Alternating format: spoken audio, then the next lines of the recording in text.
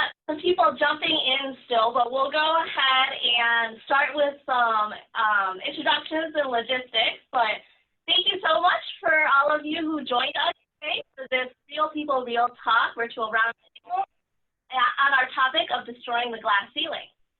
I am your host, Lotus Butler, and I'm the founder of LB Talent Solutions, where we work with both individuals and organizations to maximize and elevate your talent potential and that of your team.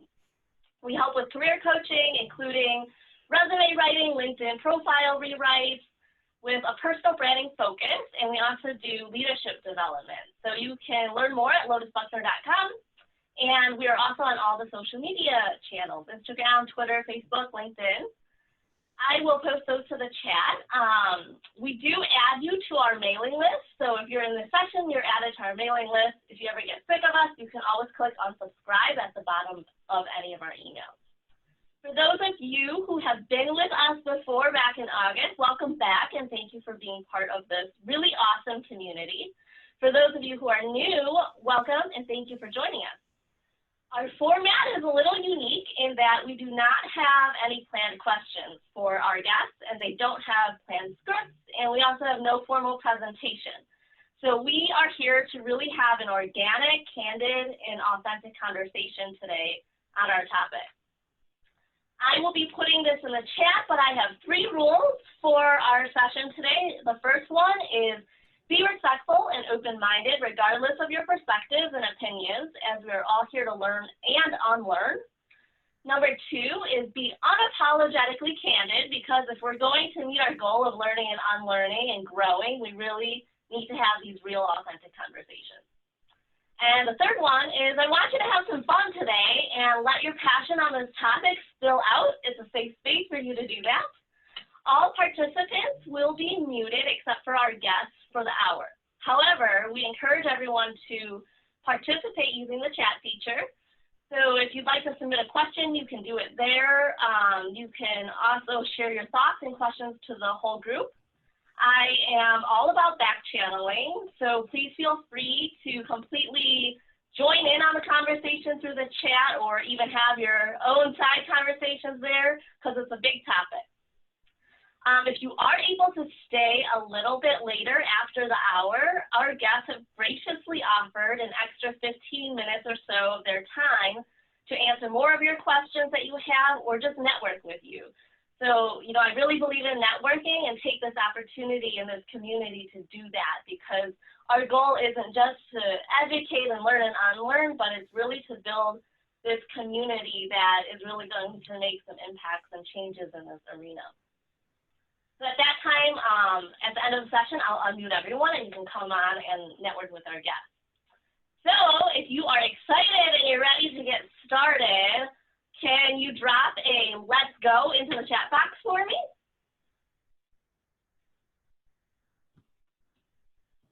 I love it. Look at all those let's goes.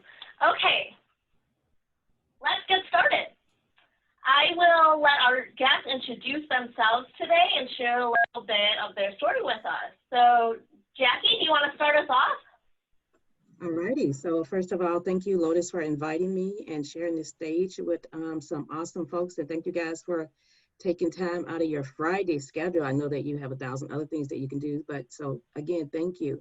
Once again, my name is Jackie Osafo. I'm VP of Membership for a nonprofit professional association here in the Chicagoland area. I have spent my entire professional career working for nonprofits. And with that, I would say that I have been in a space of being the first time and the only person who looks like myself on many occasions and have to navigate from an emotional and career perspective on how to deal with those things. So happy to answer any questions that you have and share my experience with you guys. Thank you. Thanks, Jackie. Anthony? Thanks, Lotus. Yeah, good morning. My name is Anthony Papini. I use he, him, and his pronouns. Spent the last 16 years working on equity and social justice initiatives in education, higher education, nonprofits, and in the tech industry. Most recently, I've started doing executive coaching and consulting, working with leaders to help them think critically about how they can show up as authentic, empathetic, visionary leaders and apply a strong lens of cultural competence to their work to create an organization that fosters belonging and inclusion. And I'm so excited to be a part of this panel. I appreciate you inviting me, and I'm excited to also learn from the incredible folks you've gathered here today. It's exciting, isn't it? Wylie, what about you? Yes, Wylie Blanchard. I'm an executive business technology consultant. I specialize in helping decision makers create strategies to solve their business needs through technology, whether it be business intelligence, data analytics, brand strategy, and many other challenges that they have in the organization. My job is to help them solve that through some form of technology. Happy to be here today and looking forward to the conversation. Thank you. And Carly. Hey, everybody. It's funny coming after Wylie. Your sound is so good. I feel like I was listening to a podcast just now, and my sound's probably not nearly as good. I'm Carly Segal. I come from the consulting space, but specifically in the healthcare IT world. And I oversee a number of areas in talent and operations. And what I'm most excited about to talk with everyone about today is how do we, as we're working in growing industries, growing companies, how can we talk in practical terms about what can we change in the day-to-day of our businesses and organizations so that we can really leverage the talent that's out there to make an impact? Because at least what I've experienced, it's been really, really hard to get this right. And I found it hard to find resources and groups and other leaders that want to talk about DEI in terms of how does that intersect with the practical realities of running an organization, whether it's a nonprofit or in the commercial sector, and how do you really find a win-win and put it into practice. So I'm really excited to be part of this group and bring some of my learnings to the table and learn from all of you. I love it.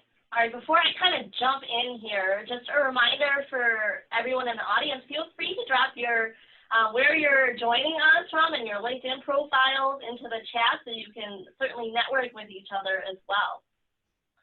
All right, so before we kind of jump to solutions, I want to learn a little bit about each of your stories because lived experiences are so important to these conversations as well. So if you all want to tell us a little bit about your career path and how you grew into the role that you're in today and what challenges you faced along the way.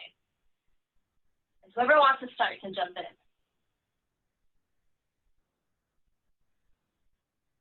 I can start a little on my career path and the challenges that I've faced. I really tripped into where I am now. I think when I think about my career path, it's kind of a combination of luck and certainly some privilege and working hard, but also being around the right people and surrounding myself to the degree that I have control with people who share similar values. Because so much of how we build a more equitable world, I think comes from a shared value system that is an important thing to do. So I started my career path in the recruiting world, actually, in the healthcare IT space, and I only dabbled in that for a little while.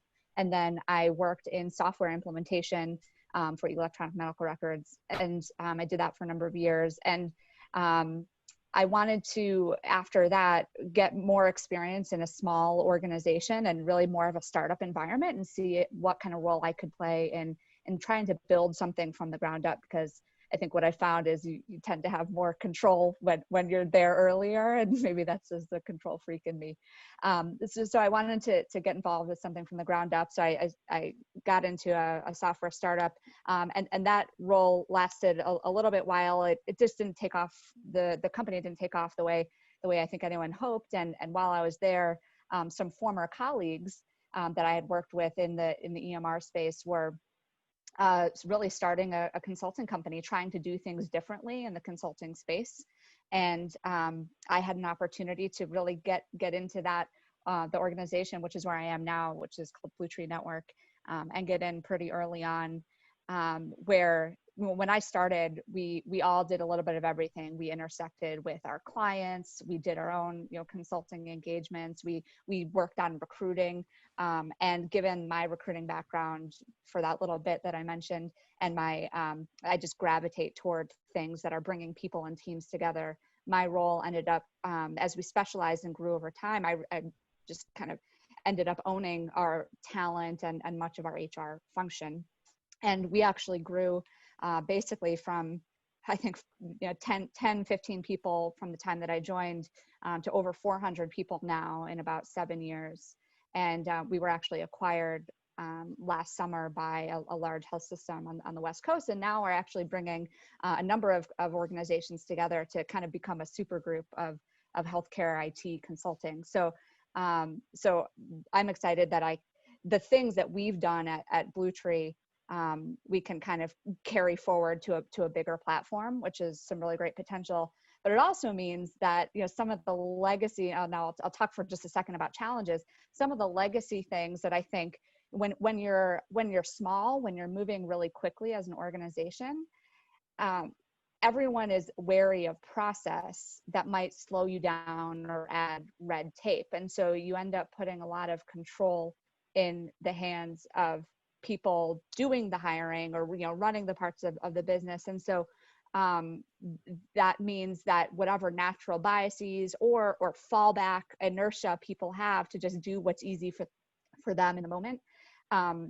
we tended to put kind of immediate results in front of, or I guess before thinking about the long game when it came to DEI initiatives. And over the last couple years, we realized if we're going to put a concerted effort toward getting to better practices, the things we knew we needed to do, we had to be more deliberate and make it more of a focus. And so thinking about where we are now, we're able, luckily, to take the foundation that we've built, even though we know we have a lot of work, take that forward to this bigger platform. So that's, I guess, a little bit about my career path. And I guess those are some of the challenges organizationally. I didn't really share some of the challenges for me personally, but I'll let someone else give their story. Thanks, Carly. I've had the opportunity to see Carly in her role, so that's been a lot of fun. Jackie, what about you? I know that you are in fairly a new role, but you've been in a leadership role for a long time, so tell us a little bit about your journey. And I would say, again, I have spent my entire career working for nonprofit associations. So it's the thing that I love to do, because my little plug for associations, we make the world a better place. We change laws. So that's my plug for anyone who wants to work. Yes, Elizabeth, she's another association professional. So yes, we change the world. So I would say probably I start to feel this space of recognizing who I am, maybe with my second association job. And that's because I walked into a boardroom where I was the only person who looked like me. So for the first time, they hired someone who was of diverse background. And my executive director at that time was very intentional about creating a diverse staff. And she was intentional about creating a diverse association. So I was in charge of our diversity committee. So we really, really worked hard at making sure that we pulled women and folks from diverse background through the pipeline of leadership. So we were intentional about it. So, that particular organization I stayed with for 14 years, and it gave me a lot of joy. And I would tell my friends, like, you could be anybody you wanted to be work association. Like, if you want to be a clown and come to work and dress like a clown, it was cool because you were allowed to be whoever you wanted to be. So from a diversity background, from a sexual preference, it didn't matter because that organization embraced all of that. They embraced the wholeness of the individual person.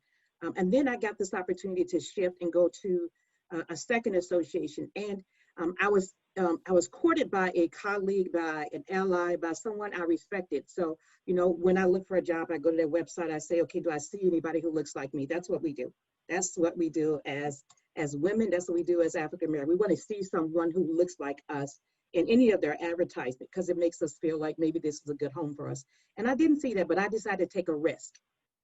And I would say week 3, I'm standing in the copier room and I hear someone use the N-word. Like I'm standing in the copier room and I am like, I'm not usually a person without words. I am devastated. Like I'm in shock. Like I'm frozen standing still. Like I can't believe that someone just did this. And this organization had been around for what, 60, 70 years. So it wasn't a new organization. It was a very mature organization. And then I received an email from a member. I was actually checking an email of a staff person who left. And it was probably the most hateful email I've ever read. All the negative and nasty stuff that you can say about Black people. And it started off with Barack Obama. And I had to take all this stuff to HR. So of course, the person who used the N-word, that group of folks were investigated. We put into this whole diversity initiative folks that came in through legal. And then the email that was sent, that person got an email, a letter from the association like, you can't behave this way. But I immediately knew that I was in for a battle. Because soon afterwards, as a leader in that organization, we were evaluated by our board. And the comments that I received from our board, and this is specifically during my best year ever. Like I'm talking about when revenue was probably $400,000 or $500,000 over budget. We launched a new program. It did well. We changed so many things that year. We changed the entire experience. And the one feedback that I got was, Jackie should do a better job of organizing phone calls. Wow. And I said to my boss at the time, I looked at, I said, what? He said, well, the comments that you should, I said, first of all, like the attitude came out, I was like, I have an MBA, like you want me to organize phone calls? Like I just, not that I don't do phone calls because I'm not above that, but I don't really do phone calls. And I'm a certified association executive. So that puts me in a very different class when you look at association folks. And the comment was, I should do a better job of organizing phone calls. And he did his best to try to steer me away from the fact that I felt that comment had nothing to do with my job, that it had everything to do with me being a Black woman. And I said that to him. And while I didn't feel that from the organization, the people that I work with day to day, but it just continued. That was the feedback and I just continued to get negative feedback from that board. And I knew that at some point, Jackie, you're going to have to make a decision. And it was a hard decision to make because part of me felt like, you have to be a change maker. And sometimes being a change maker is difficult. So we think about our great leaders, when we think about our Martin Luther King, when we think about our Malcolm X, our Barack Obama, our Harriet Tubman, those people had to step out on faith and they had to endure some hurtful, painful things. And I'm not saying that I measure myself up to them, but I'm like, Jackie, you're going to have to step out on faith and you're going to have to be a change maker. So on my way out, I just happened to be on my way out when I get the last performance evaluation. I put it on my performance evaluation. So I really called them out. I called them racist. I said, these people on this board, they're racist. And then I had a exit interview with HR and I said the same thing. I said, I need you to write this down because I just don't need to have this conversation with you. Because my purpose in doing is that I had to clear a path for someone else. And then I had a conversation with the CEO and she cried. Wow. She cried. She said, Jackie, I have to do something about it. I said, yes, because now you are aware of this, so you're obligated. Because now that you're obligated to do something, if you don't do anything, you're part of the problem. So Jackie, I understand. I said I wouldn't jump into solutions yet, but I have to ask you now. Anyone who is in the August session, we closed it with Jackie telling everyone to be bold.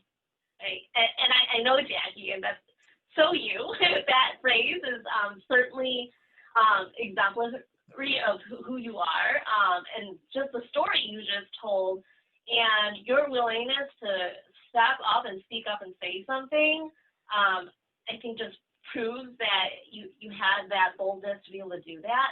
And when I'm engaging in a lot of these conversations with people, that is something that people say is a fear of theirs, right? They feel like they have to be someone else, talk like someone else, and not be able to kind of bring their authentic self forward. And even when they either hear things as an ally or when they're experiencing something themselves, it's really challenging to report that or to kind of defend yourself. What advice would you have for someone in that situation to be able to find the courage to come forward and say something? I had to make that decision myself. So I went through all those thoughts, all those conversations in my head, because I actually decided to give that feedback before I the position. It all just happened at the same time. And when I see that performance, this was performance evaluation that I felt sort of like, okay, there's some issues going on. But I said, Jackie, you're going to say something, or you're going to keep taking this. Because if I don't say anything, then I just have to accept it. Because sometimes I think that folks are okay with saying nasty things. And if you don't say anything about it, they're not going to change. If you don't call them out, why would they change? And we have to take a little bit of ourselves and risk a little bit of something to say, all right, I'm going to stand up for myself, or I'm going to stand up for somebody else.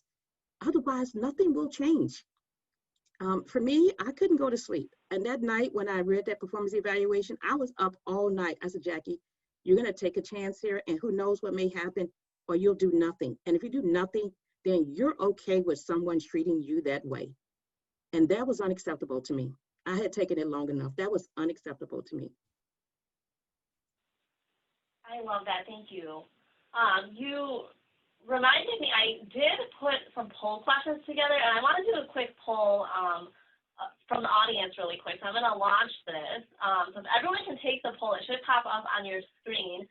It'll be interesting to kind of see the mix of answers that we get out of this. So the first question is, have you ever experienced direct discrimination, microaggressions, or bias in the workplace simply because of the way you identify? And the second is, if you have experienced that, when did you experience it? Because that's always an interesting difference in stories that I hear as well, is what's different about when you're at a staff level versus as you grow into leadership. You know, what seems to get worse, what seems to get better. So I want to talk a little bit about that too. But Anthony, so you have obviously been in leadership yourself, but you also work with a lot of executives. What has your perspective kind of been on that topic of what the challenges are as you kind of grow into leadership levels? Yeah, I mean, I think first of all, I want to just say, Jackie, thank you so much for sharing your story and your experience. And that it's frustrating to hear, and I'm, as an ally, want to thank you for helping us to frame how to speak up and be bold and think critically about the environment that people create in a workplace for women of color, for LGBTQ folks, for people with disabilities. So thank you.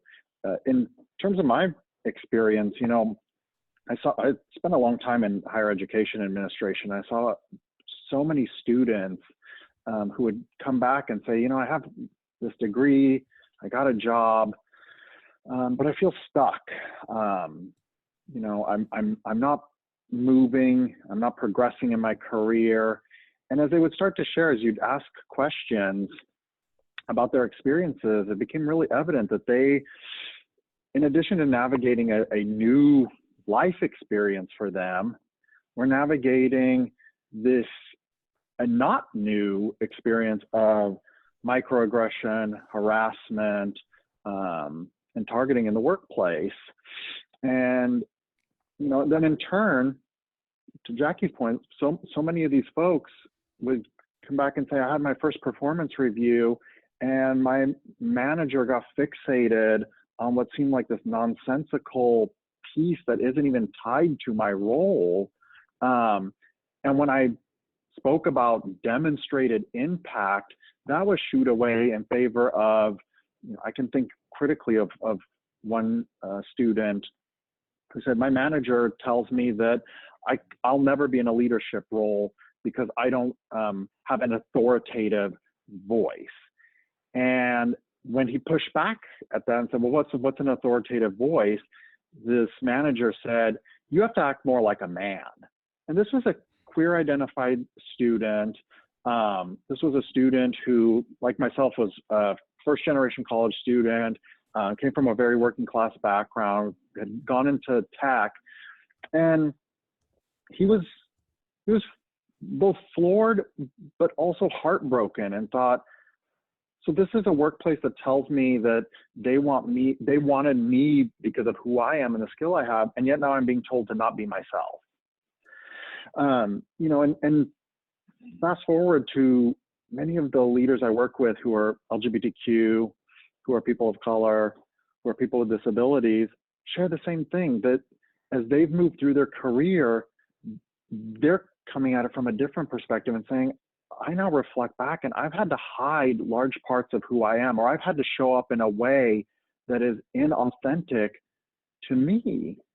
And to that end, critically, how do we, in workplaces, how can we get away with saying, oh, we want people to show up authentically, be themselves, and yet then continually perpetuate a culture of microaggression, continually perpetuate this acceptable behavior, which should not be acceptable behavior, that promotes individuals who show up in a certain way and penalize, punish, and disrupt individuals who are being their authentic self, who add immense value, who bring great perspective, who oftentimes are more skilled in the work that they do, and yet are boiled down into a, you don't speak like a man, a leader, or, you know, you need to be better at managing phone calls, or, you know, I just think,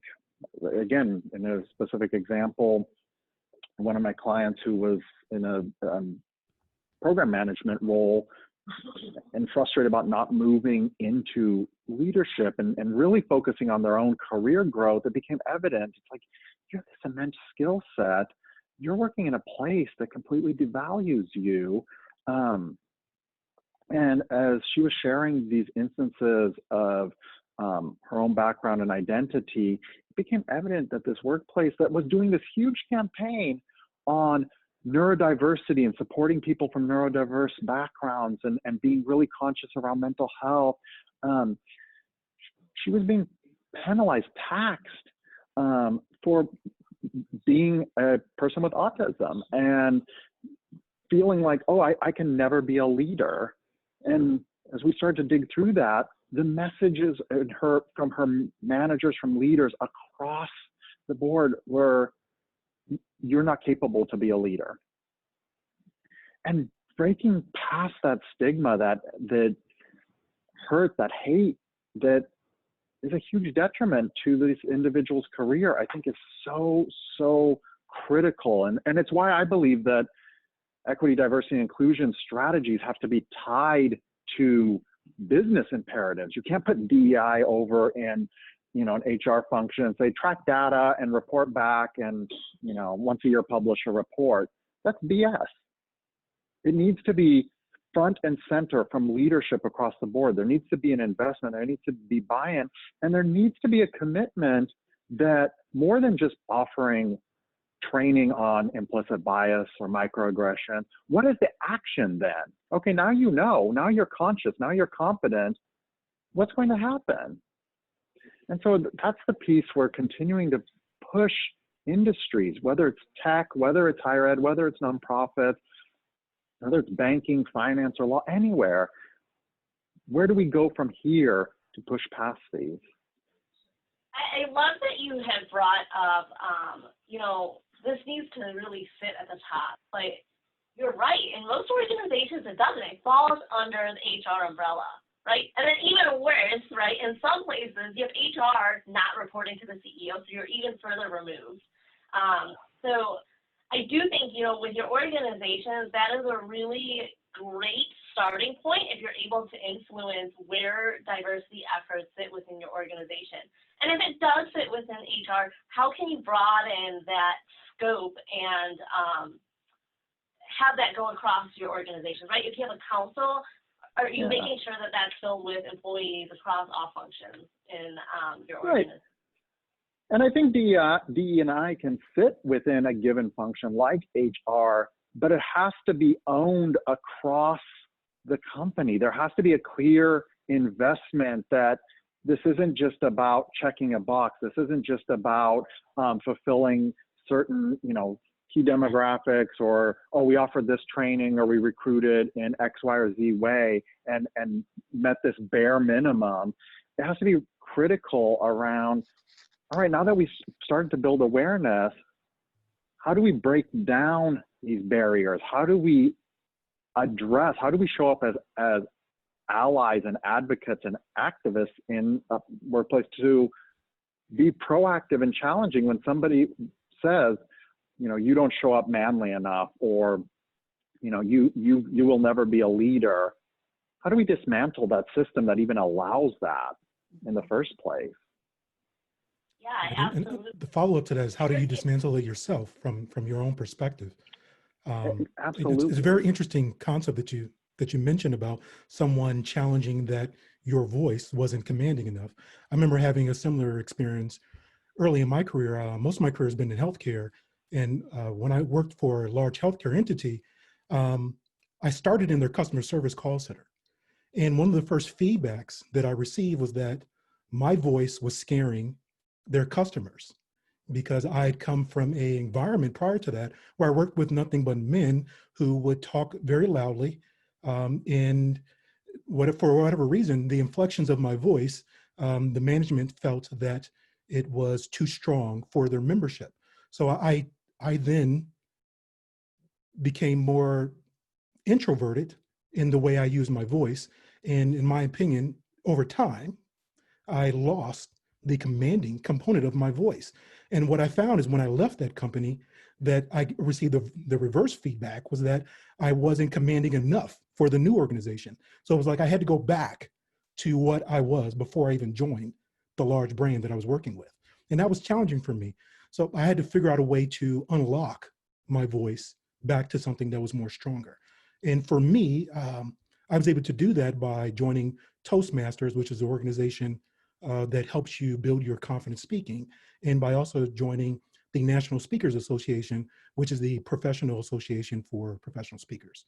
So we always have to ask ourselves, how do we, look at our own skill set and look at how our company have reduced us or taken away from what we thought was a strength, and how do we build that back up? And I think there's always going to be creative ways for how we do that.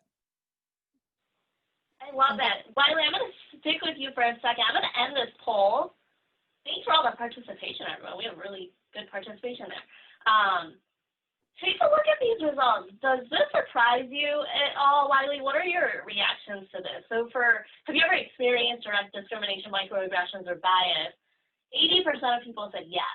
And then for those who have experienced that, it seems that the majority, although it's pretty mixed, but the majority is saying that they either faced that when they were a frontline staff member, or that regardless of what level in the organization they've been in, it's felt the same. So the answer is yes. Have I ever experienced direct discrimination or microaggressions? The answer is yes, and I'm not shocked that 80% of the respondents actually agree with that.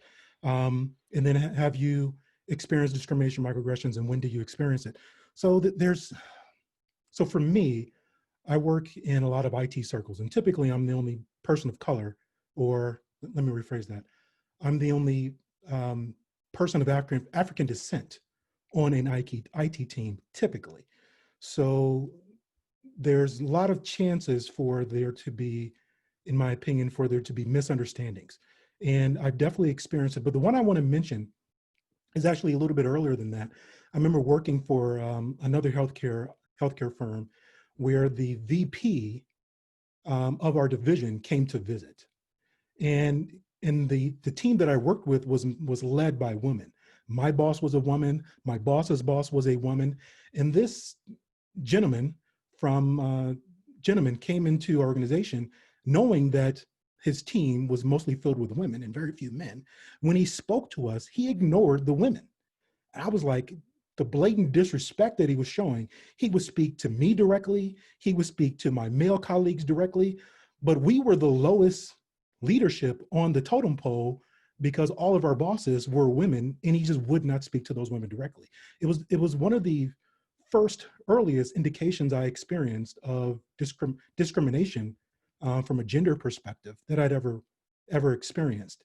And then the question is, what do you do next when you experience that? How do you turn this negative into something positive? And what I noticed in that perspective is that my director, what she did was she would directly speak to that senior leader, no matter who he asked a question to, right? So for instance, he would address a question toward me. After I responded, she would follow up directly and make sure she gives her perspective on that topic so that that leader knew that she was an authority in this environment. Now, what does that mean? That means that she's showing through her leadership skills even when she's dealing with people who do not want to recognize her current authority. So sometimes, like Jackie, who in my opinion is someone who knows how to be a force for good, she was showing that she had the ability to be a leadership force for good in any environment, even when she's being ignored. So sometimes we have to do that ourselves. I love that tip. I think that's a really good tip and how we can make that change for ourselves. I do want to get into some more solutioning, but I wanted to share a couple of stats that I had pulled when I was preparing for this session. So Fortune reported that 7 in 10 executives in the United States are men. And even as we look broader at management positions as a whole, Catalyst reported that women hold 40% of those positions, even though they make up 51% of the population. And of those women, 6.2% are Latina, 3.8% are Black, and 2.4% are Asian. And then CNN reported that there are only 4 Black CEOs among Fortune 500 companies. That's less than 1%. Like, it's not even a whole percentage. And 0 of those are women. And then only this year in June did the U.S. Supreme Court rule that the Civil Rights Act of 1964 protects employees from discrimination on the basis of sexual orientation or gender identity. And before this, 28 of our 50 states had 0 protection for this.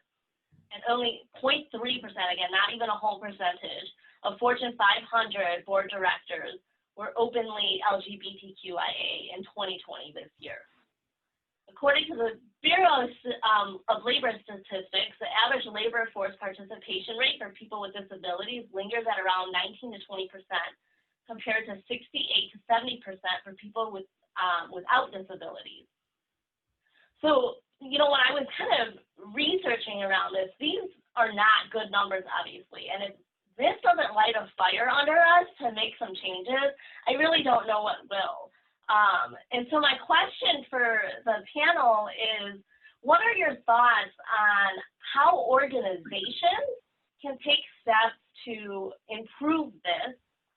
So what are some actionable things that as an organization we can be doing? And then I know, Wylie, you gave some good tips already as an individual, but I know a lot of our audience members are also looking for, I identify with an underrepresented group, and how do I personally take actionable steps to grow into leadership positions and really the executive suite into the C-suite?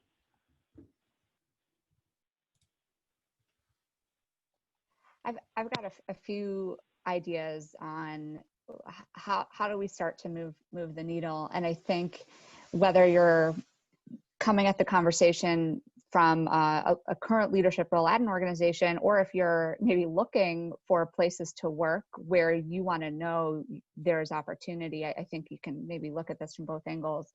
I think the first thing that I think is necessary is to ground the expectations of people in the work and the results. And I think Jackie touched on this in her experience, and Anthony as well, with the example that he gave.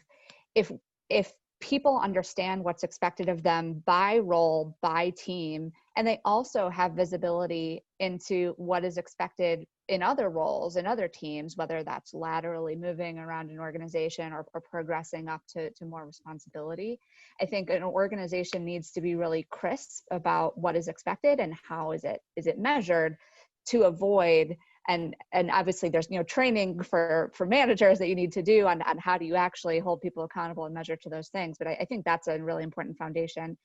And then I guess building on that, once you know what's expected of the roles, we suffered this definitely as a growing company where you're moving fast, you've got to get something done, there's work that needs to be done. maybe you just know in your brain who the right person is. You just slot the person into the role. You have to build frameworks around that to slow that down, because that just perpetuates whoever you happen to know and whoever comes top of mind getting that role. Instead, you need to make it a no-brainer that you need to open up those leadership roles and make sure that, even if, we had an example at our company, we were starting an advisory board for our customers and we needed someone to facilitate it. It wasn't something we were going to go post out on a job board, out to the world, but it's so easy to make that kind of leadership opportunity available to the entire company. And so the more you can understand what is the work at hand, and just make sure anybody can raise their hand and they can see this is what's expected. I think I have the ability to do it. Let me get my name in the ring, just like anyone else can get their name in the ring. And then the last thing I'll say, and this is not something that we've done formally or well yet, but I think it's a direction we need to go, is how can you create sponsorship programs so that beyond just giving perspective to a person who's looking to grow, how do you actually invest certainly your time or a leader's time, but really the investment and the commitment that you want to see them grow, and you're going to figure out how that's going to happen and open doors or get them lined up on projects. I think that's a step that is truly a win-win across organizations to create those kind of sponsorship relationships. So again, if you're a leader, those are things I think are important to try. And if you're looking for work or challenging your organization, I think those are things I would be on the lookout for. Carly, I think that piece. Out really quick. Carly, you mentioned sponsorship, and I just want to repeat that because I don't want people to get confused, because a lot of times organizations, when you talk about sponsorship, they say, oh yeah, we have a mentorship program, and those are vastly different. Mentorship and sponsorship are really different. Sponsorship is when you're actually actively helping that person make moves within the organization, right? Whereas mentorship is very advisory. And so I don't know, Wylie, I'm sorry for interrupting. I was hoping you would touch on that too, the difference between sponsorship and mentorship and what that looks like. So sponsorship versus mentorship versus maybe a coach. Sponsorship is someone identifying that you have value in nurturing you over time. Typically, someone identifies you and you guys, come into some informal agreement together to help one another. But it's someone who's already done what you're trying to do, who's going to nurture you and guide you through the process as you move up the corporate ladder. Mentorship is someone who you can call on informally to ask questions and get advice. Typically, hopefully, there's someone who's done whatever you're attempting to do. But a coach, which is very powerful, is someone you specifically hire to deliver results. And that's someone who's going to help you, who's going to give you a roadmap, specific actions that you must take.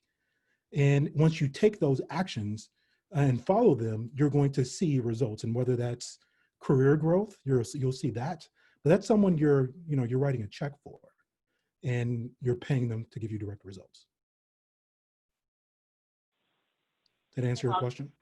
Yeah, I just think that it's such an important conversation to have, because I think a lot of organizations are checking that box, to Anthony's point earlier, when they think they've built out this mentorship program, right? But sponsorship is much more active. I just put in the chat, it's also when people are talking about you when you're not even in the room, right? They're promoting you into positions when you're not even there. And so they're speaking on your behalf to really get you into those positions. So let's talk about. Sorry. Do you have any thoughts on that as well? I think you need a combination of all of the above. I have been fortunate to get folks to serve in those capacities for me. So Carly mentioned something that I'm sharing a book in the chat. Oh, Jackie, you went on mute, I think. Okay, I'm off now. So touching too many things here at one time. So Okay. Oh, yeah, we did Apparently, it again. apparently you can't like send a chat and then talk at the same time. So I'll send it later. So, but Carly touched on a point that I'm going to share a book that I just actually did on audio, Erasing Institutional Bias, How to Create Systemic Change. Great resource in terms of how an organization can look at doing that. And one of the things that you mentioned, Carly, was not choosing those folks who you're familiar with to take jobs. And one of the things this book pointed out that was so mind-blowing to me is that we typically do that. We hire our friends' kids. We hire them through internships, and then before you know it, they have a job there because it's just easier. So if we want to look at how we're going to make systemic change, we have to be intentional about it. And sometimes being intentional causes us to take more time, spend more money, go into places that we don't typically go into. So if you're looking to hire an African-American person, do X, Y, and Z, you may not find them in the Western suburb. You may have to go downtown to look for that person. You know, you're not going to find them probably, you know, in different places, but I'm saying that you have to be intentional. You have to go where they are.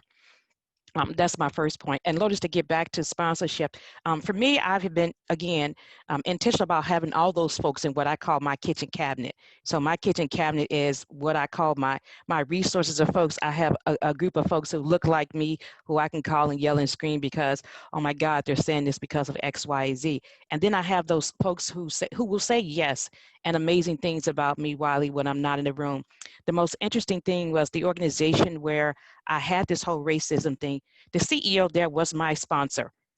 And she said, she came and approached me and said, Jackie, I know that you have the skills. I know that you have the resources. I know that you have the talent to do my job. But that job is not available for you here. So I'm going to help you find that job. So for someone to come to me and say, I'm going to help you find a job outside of this organization, she said, I'm going to miss you and you bring a lot of value to this organization, but I know your time has come. And her and I set up an intentional conversations on a monthly basis to help me navigate and get to that next role. And she shared some things with me she probably would not have shared with the lay person in terms of conversations, navigating board conversations, board meetings, things that she dealt with on the C-suite. So I was very grateful for that. So for me, while I had this whole racism thing happening with the board, but I had this amazing sponsor within the organization. So, you know, I said at the end of the day, Jackie, maybe that's why you needed to stay. You know, maybe that's why you had to be there, because I got that relationship as a result of spending that time in the organization. So again, I think that you need to figure out how to fill your kitchen cabinets with a combination of folks, because you'll find them useful. I am here on this stage because of the kitchen cabinet of my IMBA classmates, Lotus, Wylie, there's a couple other you guys. So that's another cabinet in my kitchen. So again, fill your kitchen cabinet with the folks that you need. And sometimes they're the folks who make you uncomfortable, and that's okay. I love that analogy. Fill your kitchen cabinet with awesome people. I think that definitely is amazing advice. Who you surround yourself with is super important in your success. Anthony, any last thoughts from you? I can't believe we're like 10 minutes away from time. Yeah, I agree with what's been said around sponsorship. I think that's so key. I would also add that this is an opportunity for really strong allyship and to show up as an advocate for members of communities that you are not a part of, but where you have a voice of privilege to lend. So for myself as a cis white male, to be able to show up for my friends and colleagues who are people of color, who are trans, who are women, it is really key to lend my voice there, in the same way that I appreciate when straight identified colleagues lend their voice, able-bodied colleagues lend their voice. I think that can also be a part of helping to shift the needle, particularly if it's a culture where there is that lack of investment in inclusion. If enough members of a privileged community can say, hey, no, we need to make this investment. Collectively, this change is better for our organization, period. I think sponsorship is key, but I also think that allyship and advocacy is key. It needs to be continually demonstrated. You can't just pin, I'm an ally, and that's that. Proactively demonstrate and push and use your voice and your privilege to help transform that culture. Yes, allyship is not something you just self-identify with, right? It is actually being an ally to someone. Wylie, any last thoughts from you? If you had to leave everyone with a key takeaway, what would that be? A key takeaway. Well, there's two things I would say. Key takeaway. One, we have to ask organizations to do more. Organizations are quick to throw money at a problem, like, for instance, diversity and inclusion. If I can fix my car, but if I have the skills, I've worked on cars in the past, but I'm older now and it's a lot of effort to fix a car. So since I don't want to put in the effort, I throw money at it and I hire a mechanic. Organizations, if they want to make change, whether it be mentorship, whether it be diversity and inclusion, right now, a lot of them are saying, let's have a conversation. We have to tell them it's not enough. So we have to tell them that you have to make a formal public commitment of what your challenge is, a formal public commitment of what your solution is, and a formal public commitment on how the public can keep you honest. And typically that's done by having a timeline, by telling the public, this is the timeline we're going to make this change. This is the timeline that we're going to have 30% of our leadership be people of color, or 50% of our leadership be women. So that's how we keep organizations honest, no matter if it's mentorship or diversity and inclusion or any other initiative. So that's one. Two, how do we make sure that we're growing so that we're breaking through the glass ceiling? We have to have processes in place to grow. For instance, I dedicate 5 to 10% of my income toward my education, whether it's speaking, learning how to become a better speaker, getting another degree, learning a new technical skill. That's what I do. And lastly, I want to recommend a book that that actually touches on this topic. There's a book called Shattering the Glass Ceiling, How to Break Through Without Breaking Down. It's written by Dr. Gia Suggs and Hayward Suggs, MBA. And this is a really good book. You're here with us, by the way, Wylie. Who's here with us? You lost me for a second. Yeah. Gia is here with, okay. So if she's here, I'm gonna plug her book. So this is a good book. And what I really like about the book is that it forces you to ask yourself a lot of key questions that are going to help reveal the actions that you need to take. That's what I really like about it. It touches on a lot of the things we've talked about here, but then it's gonna give you the skills to unlock your own potential so that you're not just breaking through the glass ceiling, you're shattering through the glass ceiling and actually getting the career strides that you're working towards. So I'm going to leave it right there. I love that. I do have a follow-up for you. So first of all, I wanted to comment about your first tactic, and I think it's really important. You had talked about make this public, right? As an organization, make your challenges and your solutions, what you're going to do and your timeline, public. And I think that's really important. Someone told me once that the best way to hold yourself accountable is to tell it to the universe, right? Like, don't keep your goals to yourself. And so I think that's really important for organizations to do as well. A follow-up on that is we have a lot of leaders in the audience who can certainly implement some of those tactics. For anyone who is, not in a senior leadership role or in a staff level role who really wants to help make a difference within the organization, but because they're not a top decision maker, how can they make a difference kind of from where they are? Ask it one more time, that last piece. So if you are not a top decision maker within your organization, but this is really important to you and you want to help make changes within your organization, how can you start to make that impact or speak up or build those changes within your organizations, even if you're not a top decision maker? So how do we make change where we are? I would say you're going to ask questions and ask the leadership key questions that they make public, that they answer publicly. And when it's not enough, their response is not enough, that you continue asking questions publicly. So for instance, today, a lot of companies are saying that they're going to do more to help, African Americans. And typically when I hear that, I ask, what are they doing? If they're hiring a firm to help them with diversity and inclusion. I call that a cop-out. That's no different than me hiring a mechanic to fix my car because I don't want to fix it personally. So asking those key questions, and then asking, for instance, they say, we're going to make sure, 30% of our leadership are people of color. What's your timeline? That's the question. What is the timeline? What's the date? And if they can't commit to a date, then you have to tell them that you're not really being honest until you've made a real commitment, and you can't have an open-ended time frame to get things done. Because as an employee, you have a direct timeline on when I must complete my project. So this is your project. What's your timeline to complete this project? And who can we call upon to make sure you actually follow through on that project? Is it the CEO? If it is, we need to identify who is the person that we need to hold accountable. So ask key questions that organizations try to dodge. And if they don't tell you right out how they're going to follow through on a commitment, force them by keep asking those questions in a formal public manner.